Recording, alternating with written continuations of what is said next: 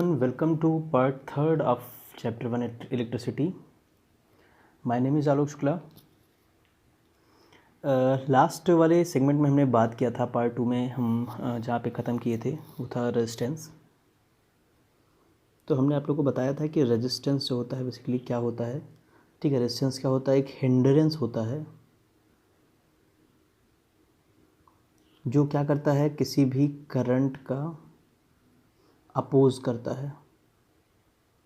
किसी भी करंट का क्या करता है, वो अपोज करता है. ठीक है, अब करंट एक फॉर्म ऑफ एनर्जी होती है, तो ये कैसे अपोज करता है, उसकी एनर्जी को ये क्या करता है, डिसिपेट कर देता है in the form of heat energy. ठीक है, हमने ये भी बात की थी कि किस पे डिपेंड करता है. तो हमने बताया था कि जो रेजिस्टेंस होता है वो डिपेंड करता है लेंथ पे डिपेंड करता है और क्रॉस सेक्शनल एरिया पे डिपेंड करता है. रेसिस्टिविटी ये मटेरियल टू मटेरियल वेरी करती है और साथ ही साथ टेम्परेचर पे भी डिपेंड करता है. यानी अगर टेम्परेचर वैसे डायरेक्टली प्रोपोर्शनल आप बोल सकते हो, अगर टेम्परेचर जो है अगर वो इंक्रीज़ कर रहा है तो उसका मतलब जो रेजिस्टेंस है वो भी इंक्रीज़ करेगा. अगर टेम्परेचर डिक्रीज़ कर रहा है तो उसका मतलब रेजिस्टेंस भी डिक्रीज़ करेगा. और जब यही टेम्परेचर हम एब्सोल्यूट ज़ीरो यानी 0 केल्विन पे लेके जाएंगे तो ये जो रेजिस्टेंस होता है ये ऑलमोस्ट ज़ीरो हो जाता है. ठीक है, ये क्या हो जाता है, ऑलमोस्ट ज़ीरो हो जाता है, 0 ओम. तो आज हम इसके आगे बात करेंगे. हम ये भी जानते हैं कि रेजिस्टेंस को कैसे रिप्रेजेंट किया जाता है. This is a symbol of resistance. अब हमने कहा कि हम घरों में जितने भी अप्लायंसेस यूज़ करते हैं, चाहे वो पंखा हो, वो बल्ब हो, वो रेफ्रिजरेटर हो, वो टेलीविज़न हो, कुछ भी हो, उन सभी में कहीं ना कहीं रेजिस्टेंस होता है. सब में कहीं ना कहीं रेजिस्टेंस होता है. अब हमने कहा कि हमें कई सारे रेजिस्टेंसेस एक साथ यूज़ करने होते हैं. तो और जब सोर्स होता है वो हमारे पास कितना होता है, सोर्स हमारे पास 1 है और जो रेजिस्टेंसेस हैं वो हमारे पास कई सारे हैं. तो हमें इन मैनी रेजिस्टेंसेस को किसी वन सोर्स से जोड़ना होगा. ठीक है, तो कितने कम्बिनेशंस हो सकते हैं रेजिस्टेंसेस को ऐसे जोड़ने के कि वो सारे के सारे जो रेजिस्टेंस हैं वो उस सोर्स से एनर्जी ले सकें. तो हमने कहा मेनली 2 टाइप के होते हैं. तो हमने बात करने जा रहे हैं combination of resistances. Combination of resistances में क्या होता है, हम रेजिस्टेंसेस को जोड़ते हैं कितने तरीके से, मेनली 2 टाइप से. फर्स्ट होता है सीरीज एंड सेकंड होता है पैरेलल. तो हमने कहा कि सीरीज़ में क्या होता है, दोनों की हम बात करेंगे. बता दें एक तीसरा भी होता है जिनको मिक्स्ड कम्बिनेशन बोलते हैं. मिक्स्ड कम्बिनेशन आपके 10th में नहीं है. मिक्स्ड कम्बिनेशन बहुत ही रेयर में देखने को मिलता है रेजिस्टेंसेस के साथ में. बाकी जो नॉर्मल कंडीशन में होती हैं वो केवल सीरीज़ या तो देखने को मिलती हैं या तो पैरेलल देखने को मिलती हैं. तो हम बारी बारी से बात करेंगे सब में. तो हम बात करेंगे सबसे पहले सीरीज कम्बिनेशन की.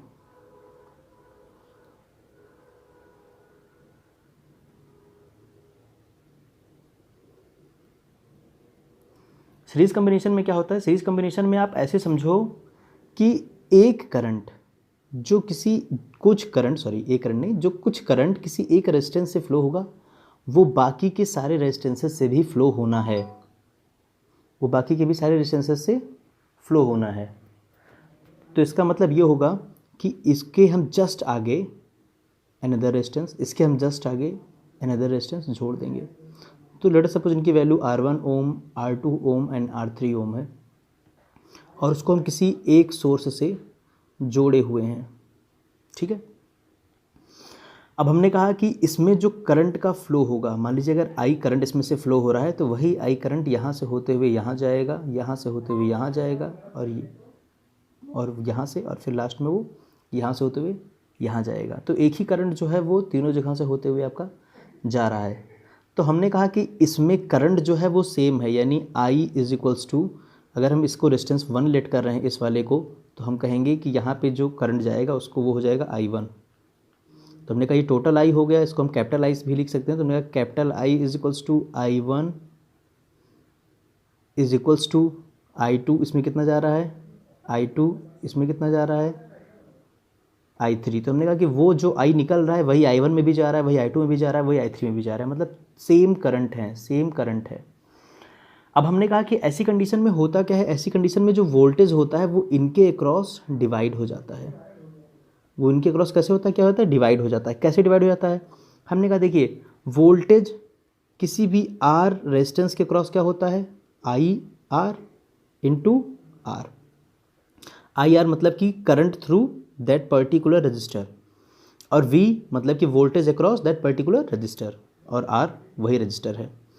तो हमने कहा कि यहाँ पे जो वोल्टेज हो जाएगा करंट और रेजिस्टेंस। अब देखिए करंट मान लीजिए सेम है सबके लिए, करंट तीनों के लिए सेम है, लेकिन रेजिस्टेंस तो सबके लिए अलग अलग है। यहाँ R1 है, यहाँ R2 है, यहाँ R3 है। तो इसका मतलब VR भी चेंज हो जाएगा, यहाँ पे VR1 हो जाएगा, यहाँ VR2 हो जाएगा, और यहाँ VR3 हो जाएगा। तो हम VR1 VR2 ना लेके सीधे हम V1 V2 V3 ले लेते हैं। तो हमने कहा कि जो टोटल V हो जाएगा, जिसको हम EMF भी बोलते हैं, इस टोटल V को हम EMF भी बोलते हैं। तो ये जो टोटल V हो जाएगा ये V1 plus V2 plus V3 के इक्वल हो जाएगा। V1 that is voltage across resistance 1, V2 that is voltage across resistance 2, and voltage across resistor 3 is equals to. अब हमने कहा कि यहाँ से V इज इक्वल्स टू क्या हो जाएगा, I into R T H, जहाँ पे R इक्विवेलेंट या इसको R टोटल भी बोला जाता है। आप RTH नहीं समझ रहे हैं तो आप R इक्विवेलेंट भी लिख सकते हैं। तो हमने कहा टोटल R इंटू आई टाइम्स R इक्विवेलेंट। V1 क्या हो जाएगा, I1 R1 प्लस V2 क्या हो जाएगा, I2 R2 प्लस V3 क्या हो जाएगा, I3 R3। फिर क्या हो जाएगा, अब देखिए यहाँ पे हमने क्या लिखा था, ऊपर यहाँ पे हमने लिखा था कि I is to I1 is equals to I2 is equals to I3, यानी इन सब को हम I लिख सकते हैं। तो हमने कहा I R equivalent is equals to IR1 plus IR2 plus IR3, so I must be common here, R1 plus R2 plus R3, I से I कैंसिल आउट हो गया, then R equivalent is equals to R1 plus R2 plus R3 and so on if there are more than 3 resistances। तो हम इसको continue रखेंगे R equivalent। तो यहाँ से हमें सीरीज कॉम्बिनेशन में क्या मिलता है कि जो हमारा R equivalent होता है वो R1 plus R2 plus R3 and so on, ठीक है, इंक्रीज होता जाता है। अब हम बात करेंगे पैरेलल कॉम्बिनेशन के।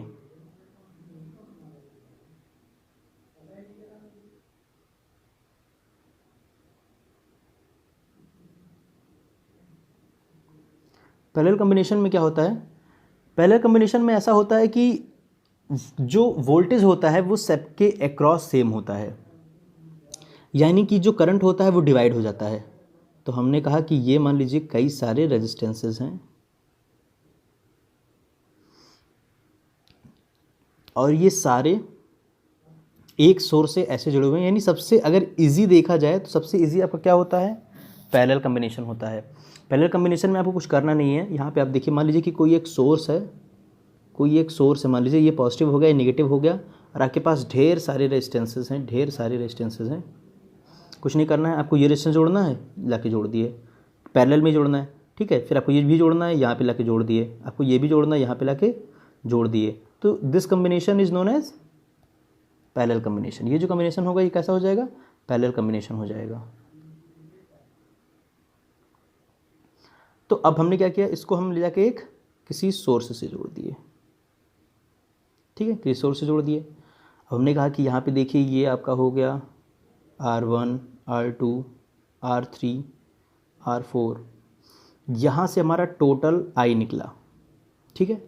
अब टोटल I निकला तो यहाँ पे जाने के बाद में देखिए ये जो I है, इसको जब ये यहाँ से गया यहाँ पे पहुँचा इस वाले पॉइंट पे, तो इसके पास दो रास्ते थे, एक इस तरफ और एक इस तरफ। ये डिवाइड हो गया, इधर गया I1, ठीक है, इसको हम स्मॉल में लिख लेते हैं, इधर मिला I1, और यहाँ पे कितना गया, यहाँ पे I माइनस I1 बचा।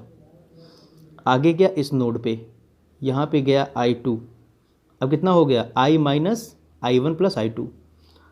आगे यहाँ पे गया, ओके सॉरी, चलिए हम रेजिस्टेंस चेंज कर लेते हैं, नीचे से ले लेते हैं।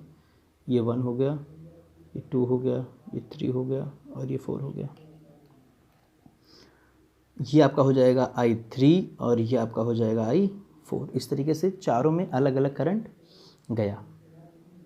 ठीक है, अब हमने कहा कि यहाँ पे जो करंट का सम होगा I is equals to I1 plus I2, फिर से इसको हम कैपिटल में ले लिए, I1 plus I2 plus I3 plus I4, है ना।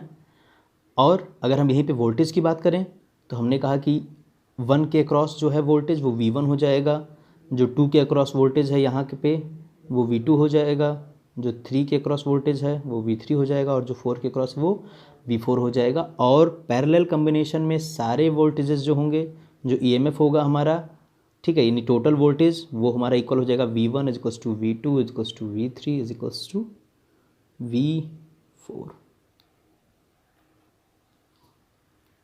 तो यहाँ पे अब देखिए हमने लिखा कि I इज इक्वल्स टू, इस वाले इक्वेशन को हम लेके चलते हैं, I is equals to I1 plus I2 plus I3 plus I4।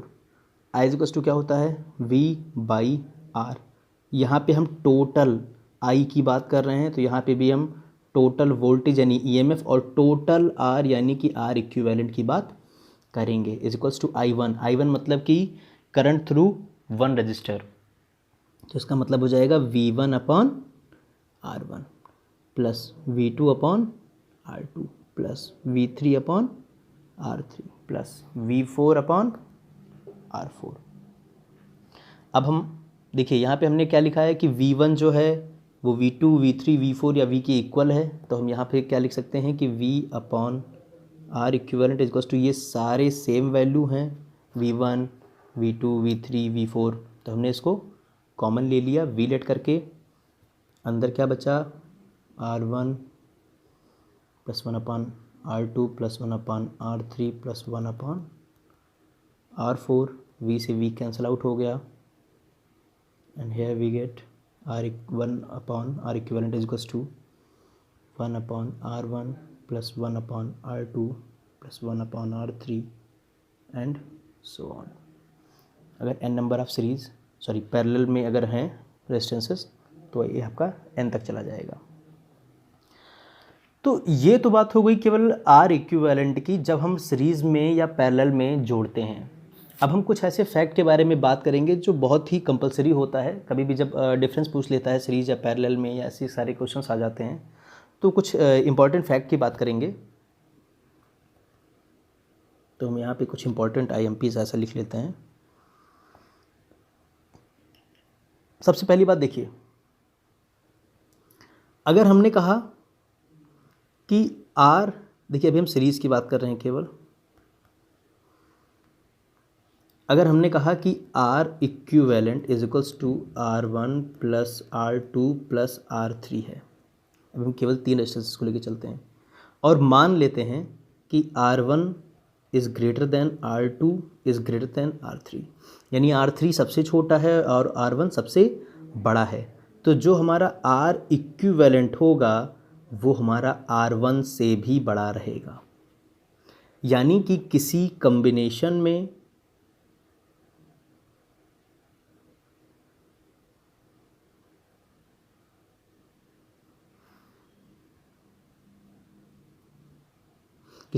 में जो सबसे बड़ा वाला रेजिस्टेंस रहेगा, जो R इक्विवेलेंट आएगा, उसकी वैल्यू उस बड़े वाले रेजिस्टेंस से भी बड़ी रहेगी। यानी हमने कहा कि R1, R2, R3 में सबसे बड़ा रेजिस्टेंस कौन सा था, R1 था, तो जो इक्विवेलेंट रेजिस्टेंस आएगा उसकी वैल्यू इस वाले से भी बड़ी रहेगी। ये हो गया फैक्ट 1। फैक्ट 2 की बात करते हैं। अगर मान लीजिए कि कोई सीरीज़ कॉम्बिनेशन में इलेक्ट्रॉनिक डिवाइसेस जुड़े हुए हैं,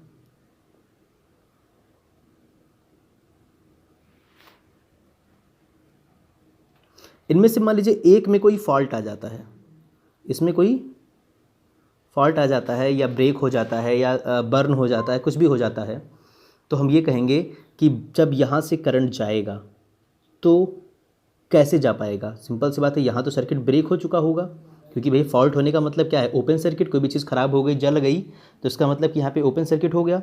तो ओपन सर्किट का मतलब ओपन सर्किट का मतलब कि ये कुछ इस तरीके से हो जाएगा। अब यहाँ पे ओपन हो जाएगा तो इसका मतलब यहाँ पे क्लोज पाथ नहीं है तो करंट फ्लो होगा ही नहीं, तो सारे के सारे रेजिस्टेंसेस भी काम नहीं करेंगे। ठीक है, तो ये था सेकेंड केस जो कि इंपॉर्टेंट है कि अगर एक भी रेजिस्टेंस ख़राब हो जाता है तो बाकी के भी हमारे सारे रेजिस्टेंसेस काम नहीं करेंगे। या मान लीजिए नहीं भी ख़राब होता है, मान लीजिए नहीं भी ख़राब होता है, हम क्या करते हैं एक स्विच लगा देते हैं यहाँ पे। ठीक है, स्विच लगा दिए, हमने कहा कि भैया रात हो गई है अब सोना है हमें। ये वाला जो है ये मान लीजिए फ़ैन का है, ये वाला जो है ये लाइट का रेजिस्टेंस है। हम अभी ये ऑन है, अभी ये ऑन है, हमें ऑफ़ करना है, लाइट बंद करनी है हमें। ठीक है, हमने इसको जैसे ही ऑफ़ किया आपका सब बंद हो जाएगा। ठीक है, फ़ैन भी बंद हो गया, लाइट भी बंद हो गई और जो 2 एक्स्ट्रा प्लग थे वो भी आपके बंद हो गए। तो ये एक ड्रॉबैक होता है सीरीज़ का। साथ में मान लीजिए कि अगर आप कई सारे अप्लायंसेस को जोड़े हुए हैं, यानी एक बहुत ही हाई रेजिस्टेंस का है मतलब कम करंट ले रहा है। ठीक है, अगर आर ज़्यादा होगा तो आई कम होगा, और दूसरा मान लीजिए कैसा है कि आर इसका बहुत कम है और आई जो है वो उसका बहुत ज़्यादा है। ठीक है, तो अब जो इनको करंट मिलेगी वो मॉडरेट मिलेगी, ना इनके अकॉर्डिंग मिलेगी ना इनके अकॉर्डिंग मिलेगी। तो इसका मतलब कि जो कम वाला होगा यानी जिसका रेजिस्टेंस ज़्यादा होगा, ठीक है, उसको कम करंट चाहिए और इसको इससे ज़्यादा करंट मिलेगा। और ये जो करंट जिसका ज़्यादा है, जिसका आर कम है, इसको ज़्यादा करंट चाहिए, इसको इससे कम, मतलब जो आई हमें मिलेगा वो इन दोनों के बीच में होगा। ठीक है, नेट आई जो इनकी रिक्वायर्ड वैल्यू है फर्स्ट वाले की और जो इनकी रिक्वायर्ड वैल्यू है सेकंड वाले की, इन दोनों का हमें मॉडरेट वैल्यू मिलेगा, कहीं मीन वैल्यू जाके मिलेगा। ठीक है, तो जो मीन वैल्यू मिलेगा इसका मतलब है कि ना ये प्रॉपर वर्क कर पाएगा ना ये प्रॉपर वर्क कर पाएगा, और इस वाले को तो ज़्यादा आई मिलेगा तो हो सकता है ये बर्न भी कर जाए। ठीक है, और ये जो सेकंड वाला है ये भी अगर इसको बहुत ज़्यादा कम वैल्यू मिलेगा तो ये भी बर्न कर सकता है, इसकी वाइंडिंग बर्न कर सकती है क्योंकि करंट फ्लो हो रहा है लेकिन लो करंट की वजह से वो वर्क नहीं कर पा रहा है, तो भी वाइंडिंग बर्न कर सकती है। तो ये भी एक ड्रॉबैक होता है।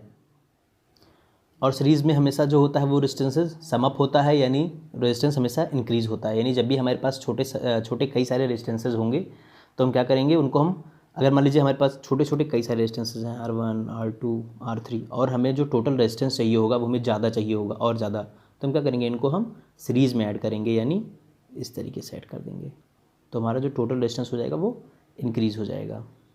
ठीक है, अब हम पैरेलल की बात कर लेते हैं। पैरेलल ऊपर भी शायद गलत लिख दिए हैं क्या? ओके,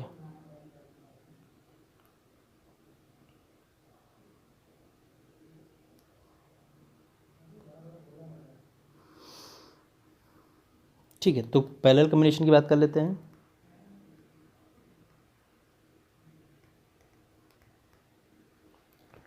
पैरेलल में क्या होता है, अगर मान लीजिए कि हमने 4 रेजिस्टेंसेस सम किए हैं किसी एक वोल्टेज सोर्स के साथ ऐड करके, तो अब देखिए ये R1, ये R2, ये R3 और ये R4, इसमें सबसे छोटा जो है वो R1 है। मान लीजिए R2 is less than R1 is less than R2 is less than R3 is less than R4 और हमारा R इक्विवेलेंट कुछ मिल रहा है।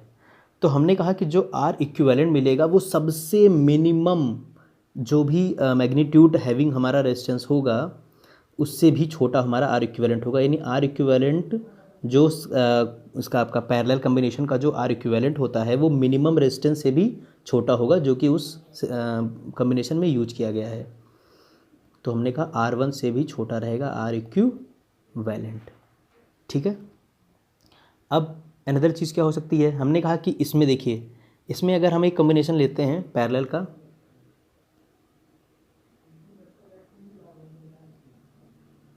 ये हमने एक कॉम्बिनेशन लिया, ठीक है, और हमने यहाँ पे नीचे एक लगा दिया सोर्स। देखिए जब भी आप पैरेलल कॉम्बिनेशन लीजिए ना तो सबसे इजी तरीका क्या होता है, पैरेलल कॉम्बिनेशन का मतलब आप ये देख सकते हो कि जितने इसमें आपके जुड़े हुए हैं, पैरेलल का मतलब आपको देखिए आप केवल करंट फ्लो कराइए, यहाँ से एक करंट फ्लो होगा, एक इस उसमें जाएगा बॉक्स में। ठीक है, तो समझ लीजिए कि ये बॉक्स जो हो गया ये एक इंडिविजुअल सर्किट हो गया, एक करंट इसमें से जाएगा और इसमें से होकर जाएगा, तो हमने कहा ये वाला जो बॉक्स हो गया वो आपका दूसरा इंडिविजुअल सर्किट हो गया, तो एक ये वाला आपका दूसरा हो गया, ये वाला आपका एक तीसरा हो गया। तो हमने कहा कि इनको हम अलग अलग भी ड्रॉ कर सकते हैं और कोई फ़र्क, कोई भी डिफरेंस नहीं आएगा वैल्यू पे। ठीक है, अभी हम आगे सॉल्व करेंगे क्वेश्चंस तो हम देखेंगे कि इसमें कोई भी फ़र्क नहीं आता है, यानी हम इसको एक अलग ले सकते हैं, इसको हम एक अलग कम्बिनेशन ले सकते हैं, इसको एक अलग, और लास्ट वाले को एक अलग कम्बिनेशन हम ले सकते हैं। ठीक है, यानी इसको 4 अलग अलग फिगर बना के भी सॉल्व कर सकते हो। अगला क्वेश्चन है, इसकी क्या ज़रूरत है जब एक ही फिगर में सब हो जाएगा तो R1, R2, R3 and R4, R4, R3, R2 and R1।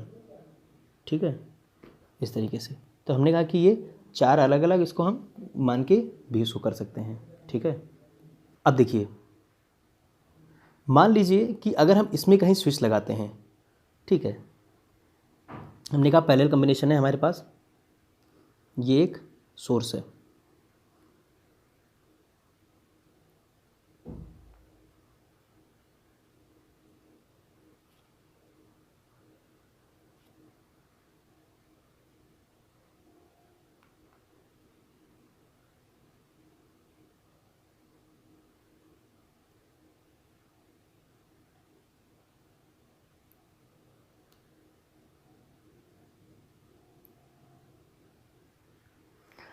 अब यहाँ पे देखिए ये पैरेलल सर्किट है और हम सबके लिए इंडिविजुअल स्विच भी लगा सकते हैं, यानी कि अगर एक हमारा फ़ैन के लिए है, एक लाइट के लिए है, एक हमारा स्विच बोर्ड के लिए है, एक मान लीजिए हमारा एसी के लिए है, तो हम सबको अलग अलग जब चाहे तब इनको हम ऑन और जब चाहे तब इनको हम ऑफ़ कर सकते हैं। लेकिन अगर आप सीरीज़ में यही काम करते, आप स्विच कहीं भी लगाएं तो एक बार स्विच ऑफ करने से आपके सारे अप्लायंसेस बंद हो जाते और ऑन करने से सारे ऑन हो जाते। और इसमें मान लीजिए अगर कोई एक इंडिविजुअल ख़राब भी हो जाता है, मान लीजिए ये जो एसी है ये फूंक गई, ठीक है, तो अगर ये आपकी ख़राब हो गई है तो इसका मतलब है कि बाकी के जो ये जो चीज़ें हैं, अप्लायंसेस हैं, ये आपके प्रॉपर वर्क करेंगे।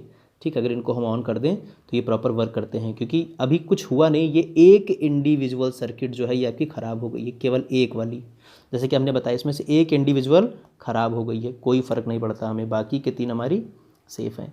इसीलिए हमने कहा कि ये क्या करता है, पैरेलल कॉम्बिनेशन जो होता है वो हर एक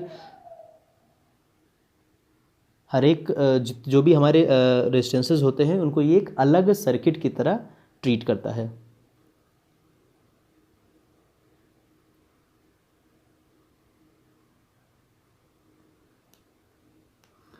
देखिए, मिक्स्ड कॉम्बिनेशन यूजुअली देखने को नहीं मिलता है लेकिन क्वेश्चंस आते हैं। ठीक है, जो मिक्स्ड कॉम्बिनेशन होता है वो इलेक्ट्रॉनिक्स में ज़्यादा यूज़ होता है, मिक्स्ड कॉम्बिनेशन इलेक्ट्रिकल में बहुत ज़्यादा यूज़ नहीं होता है। और मतलब ये इस पे क्वेश्चंस ज़्यादा आते हैं बोर्ड वगैरह में, मिक्स्ड कॉम्बिनेशन। तो मिक्स्ड कॉम्बिनेशन में बेसिकली होता क्या है कि आपको सीरीज़ और पैरेलल दोनों एक ही क्वेश्चंस में देखने को मिल जाएगा, एक ही क्वेश्चन में देखने को मिल जाएगा। जैसे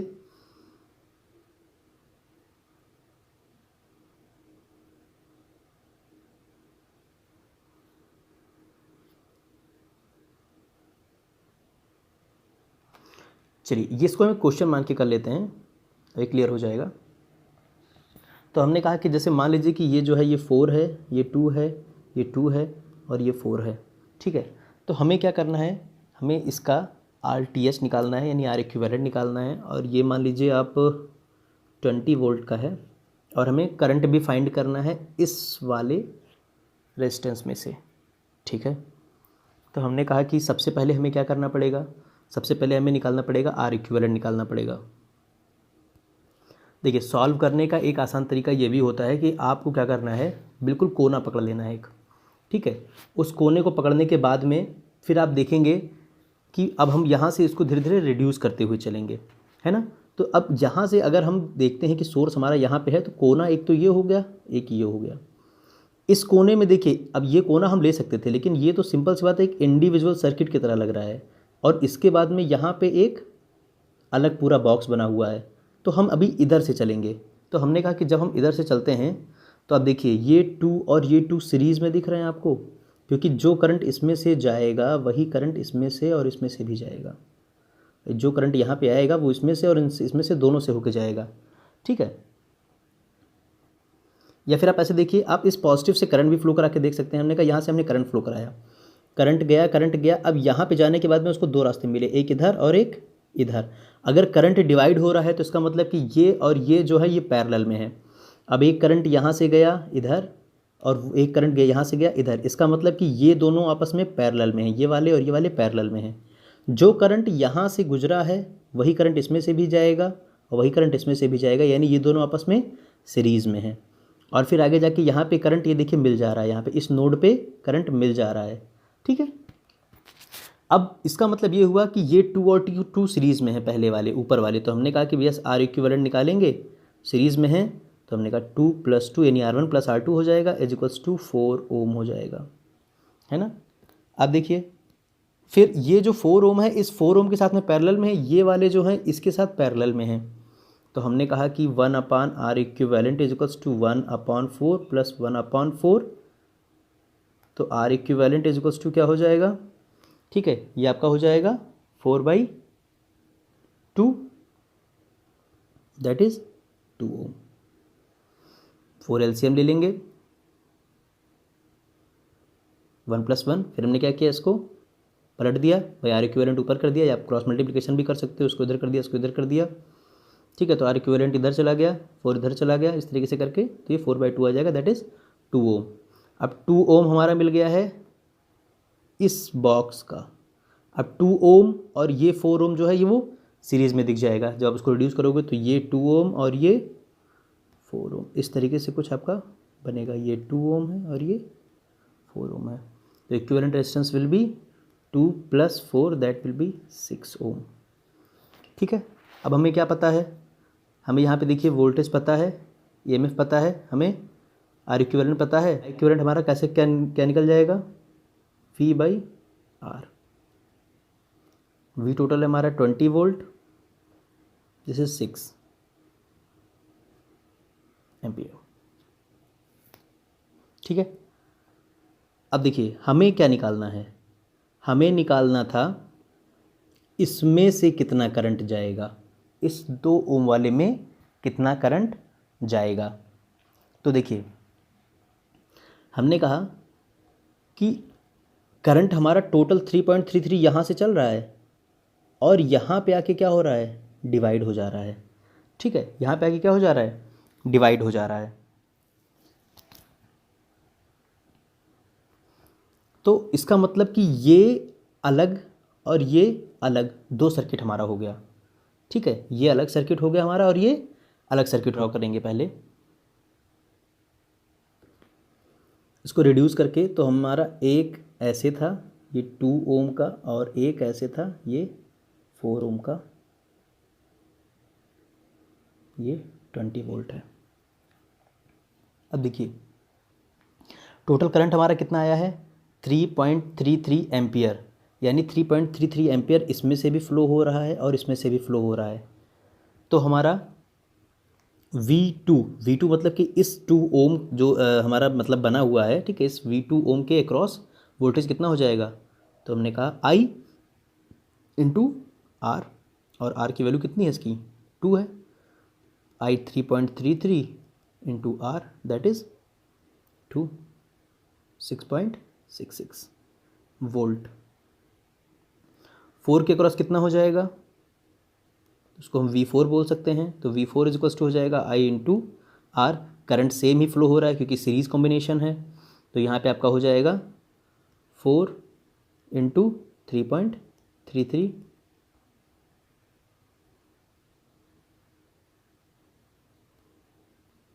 13.32। अब देखिए जब आप इनको जोड़ेंगे 6.66 वोल्ट को और 3.32 वोल्ट को, तो एक पहली बात तो ये आपका 3.33 नहीं है बल्कि ये कंटिन्यूअस है। तो ये जो है ये 13.32 एंड 6.66 मिलके 20 बना लेंगे। तो अब हमें मतलब किससे है, हमें इस केवल 2 ओम के अक्रॉस से मतलब है। देखिए तो हमने कहा इसके अक्रॉस हमें क्या पता चल गया, वोल्टेज पता चल गया। अब इसको हम फिर से क्या करेंगे, इसको वैसे ही एक्सटेंडेड फॉर्म में लिख लेंगे। तो ये था 2, ये था आपका 4, ठीक है। इसके क्रॉस हमें वोल्टेज कितना पता चल गया, इसके क्रॉस हमें वोल्टेज पता चल गया 6.66 666 वोल्ट। ठीक है, इस सर्किट के क्रॉस हमें 6.66 वोल्ट पता चल गया। अब देखिए ये दोनों पैरेलल में हैं, इस वोल्टेज के साथ में नहीं है भाई, क्योंकि इसके अक्रॉस भी, इस वाले के भी अक्रॉस होगा 6.66 और इस वाले के भी अक्रॉस होगा 6.66। तो हमने क्या किया, अब हम इसको अलग कर सकते हैं, इस वाले सर्किट को हम अलग कर सकते हैं 6.66 वोल्ट के साथ। तो हमने कहा ये टू और ये 6.66 वोल्ट ओम ओम। चलिए, तो अब हमारा वोल्टेज है यहाँ पे, रेजिस्टेंस है हमारा यहाँ पे, हमें क्या निकालना है, करंट निकाल लेना है। ठीक है, तो करंट निकालने भैया बहुत आसान है हमारा, क्या कर देंगे हम, फिर से वही काम करना है कि एक करंट निकालेंगे जो इसमें से जा रहा है। ठीक है, जो यहाँ से निकलेगा वही इसमें से जाएगा, वही इसमें से भी जाएगा। तो हमारा आर इक्विवेलेंट कितना है, 4 ओम है। वोल्टेज कितना है भाई, 4 ओम नहीं आएगा, 2 + 2 4 ओम है। और वोल्टेज कितना है, 6.66 वोल्ट है। तो I = V/R, यानी 6.66/4, then I will be 1.66 ampere approx. तो ये है आपके क्वेश्चन। ऐसे ही क्वेश्चंस बोर्ड में आते हैं और ये बहुत कॉम्प्लिकेटेड हो जाते हैं। ठीक है, तो कितना भी कॉम्प्लिकेटेड पूछे आप ऐसे क्वेश्चंस, जो कल वाला जो नेक्स्ट वीडियो आएगा, ठीक है, आज मतलब चैप्टर जो है वो आज ही ख़त्म हो जाएगा, लेकिन जो नेक्स्ट वीडियो रहेगा आपका वो उसमें हम केवल न्यूमेरिकल सॉल्व करवाएंगे, इसके जितने भी बोर्ड में न्यूमेरिकल आए हुए हैं। तो अब नेक्स्ट वाला लेक्चर आप बिल्कुल मिस मत कीजिएगा। ठीक है, वो ज़्यादा इंपॉर्टेंट होने वाला है। अब आगे बढ़ते हैं। अब हम बात करते हैं पावर की। पावर क्या होता है, देखिए पावर से पहले हम निकालेंगे एनर्जी।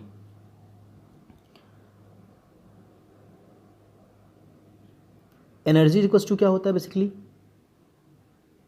भाई, जैसे पावर इक्वल्स टू एक एनर्जी इनटू टाइम होता है, लेकिन एनर्जी यहाँ पे अभी हमने कुछ देर पहले बात की थी, यहाँ पे देखिए एनर्जी क्या होता है, वर्क डन और एनर्जी इक्विवेलेंट हो सकते हैं।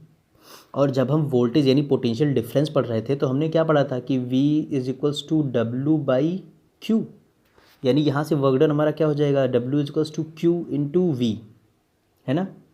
अब ज़रा दिमाग दौड़ाइए कि I = क्या होता था, Q/T होता था। ठीक है, अब यहाँ से जब आप I की वैल्यू, Q की वैल्यू रखोगे तो क्या हो जाएगा, IT हो जाएगा। तो W = क्या हो जाएगा, ठीक है।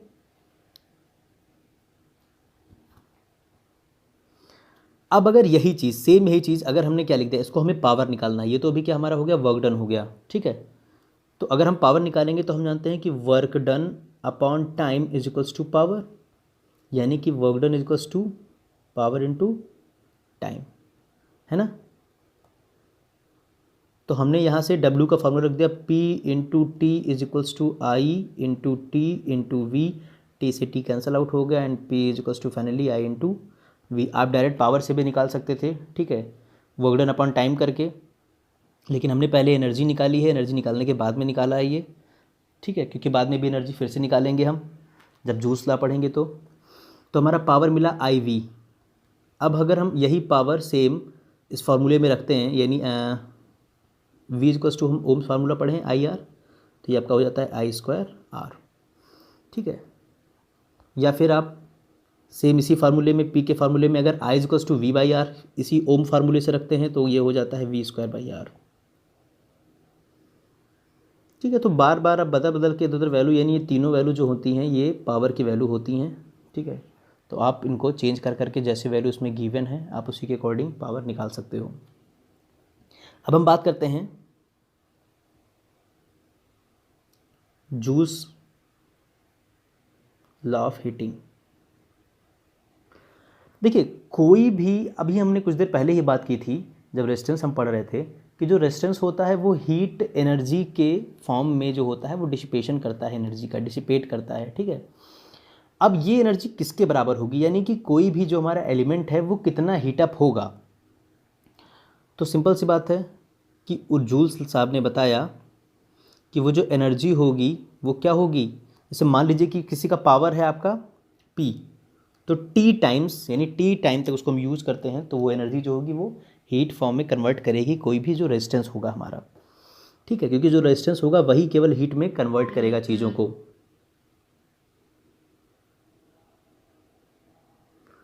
तो यहाँ से E इक्वल्स टू क्या हो गया आपका, पावर अभी हमने निकाला था VI इंटू टी, इस VI को हम I²R भी लिख सकते हैं इंटू टी, तो E इक्वल्स टू I²RT, यहाँ पे E जो है वो एनर्जी है, इसको हम Q भी लिख सकते हैं, ठीक है, हीट एनर्जी भी हो सकती है ये।